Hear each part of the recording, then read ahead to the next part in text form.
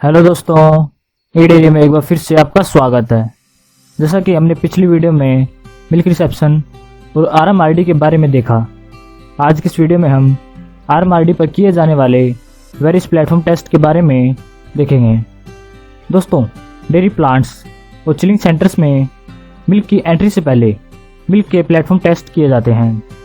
इन test में various organoleptic test include होते हैं।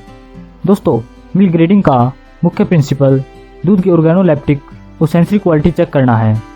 Platform test incoming raw milk की क्वालिटी चेक करते हैं और फिर इस मिल्क की एक्सेप्टेंस और रिजेक्शन डिसाइड करते हैं। और प्लेटफॉर्म टेस्ट के बाद कोई भी कैन या टैंकर का दूध डाउटफुल और इन्फीरियर क्वालिटी का लगे तो उसे हाई ग्रेड मिल्क में मिलने से अवॉइड किया जाता है।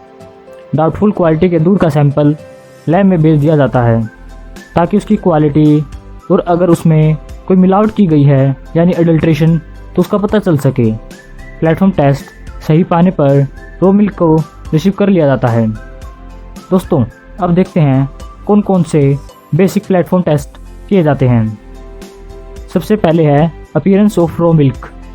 इस टेस्ट में दूध की विजिबल अपीयरेंस को देखा जाता है, जिसमें यह देखा जाता है कि दूध में कहीं कोई बाहरी पदार्थ यानी फॉरेन मैटर तो नहीं है।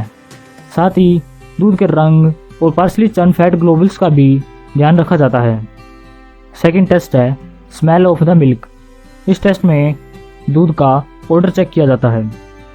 यह टेस्ट कैन और टैंकर का ढक्कन निकालते ही सबसे पहले करना चाहिए, क्योंकि कुछ सेकंड के बाद वोलेटाइल ऑर्डर एवपोरेट हो सकते हैं।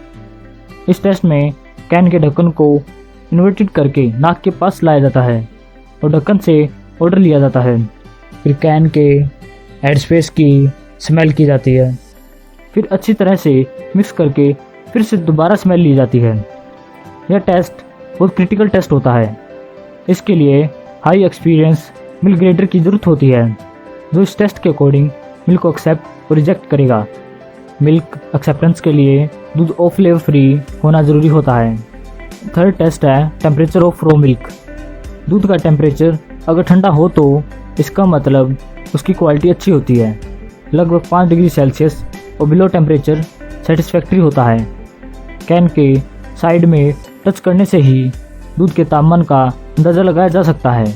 वो मिल्क होने पर उसकी माइक्रोबियल क्वालिटी पर अफेक्ट हो सकता है। फोर्थ टेस्ट है सेडिमेंट टेस्ट। इस टेस्ट को डेली करना जरूरी नहीं होता। यह टेस्ट दूध में मौजूद विजिबल डर्ट और पार्टिकल्स के लिए किया जाता है। गुड क्वालिटी के दूध में कम से कम सेडिमेंट होने चाहिए।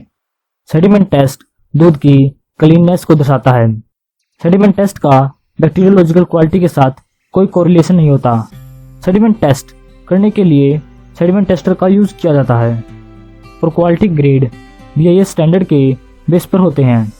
जैसे 0 मिलीग्राम सेडिमेंट के लिए एक्सीलेंट ग्रेड और 0.2 मिलीग्राम सेडिमेंट के लिए गुड ग्रेड, 0.5 मिलीग्राम सेडिमेंट के लिए फेयर ग्रेड ऑफ मिल्क और 1 मिलीग्राम सेडिमेंट के लिए मिल्क को पुअर ग्रेड मिलता है और 2 मिलीग्राम सेडिमेंट के लिए मिल्क को वेरी पुअर ग्रेड मिलता है।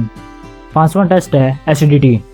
दूध में नेचुरल एसिडिटी का हीट स्टेबिलिटी पर कोई ज़्यादा असर नहीं होता, लेकिन दूध में डेवलप्ड एसिडिटी ज़्यादा होने पर दूध की हीट स्टेबिलिटी कम हो जाती है। इसका मतलब दूध फर्दर पास्चराइजेशन के लिए सुटेबल नहीं रहता।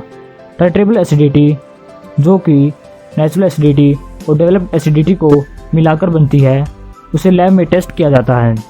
COB यानी क्लोट ऑन बॉइलिंग टेस्ट दूध की हीट स्टेबिलिटी को बताता है।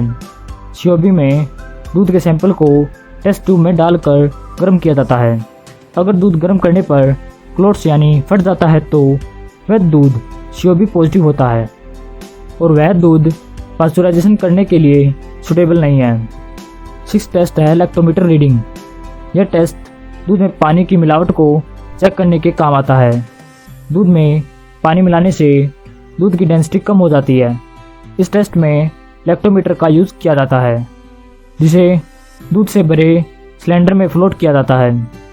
इस लैक्टोमीटर के ऊपर नंबरिंग होती है, जिसे लैक्टोमीटर रीडिंग कहा जाता है। 15.5 डिग्री सेल्सियस पर गाय के दूध की लैक्टोमीटर रीडिंग 28 से 30 होती है और भैंस के दूध की लैक्टोमीटर रीडिंग 32 के बीच में होती है। अगर इन दूध की लैक्टोमीटर रीडिंग इन लिमिट से बाहर आती है तो इसका मतलब दूध में पानी की मिलावट की गई है। दूध की पेमेंट के लिए भी फैट और एसएनएफ लैब में चेक किए जाते हैं। आज के लिए बस इतना ही दोस्तों। वीडियो को लाइक कर दो, इस वीडियो को ज़्यादा से ज़्यादा शेयर कर दो और डेयरी साइंस एंड टेक्नोलॉजी से जुड़ी जानकारी के लिए जुड़े रहें ई डेयरी के साथ। थैंक यू दोस्तों।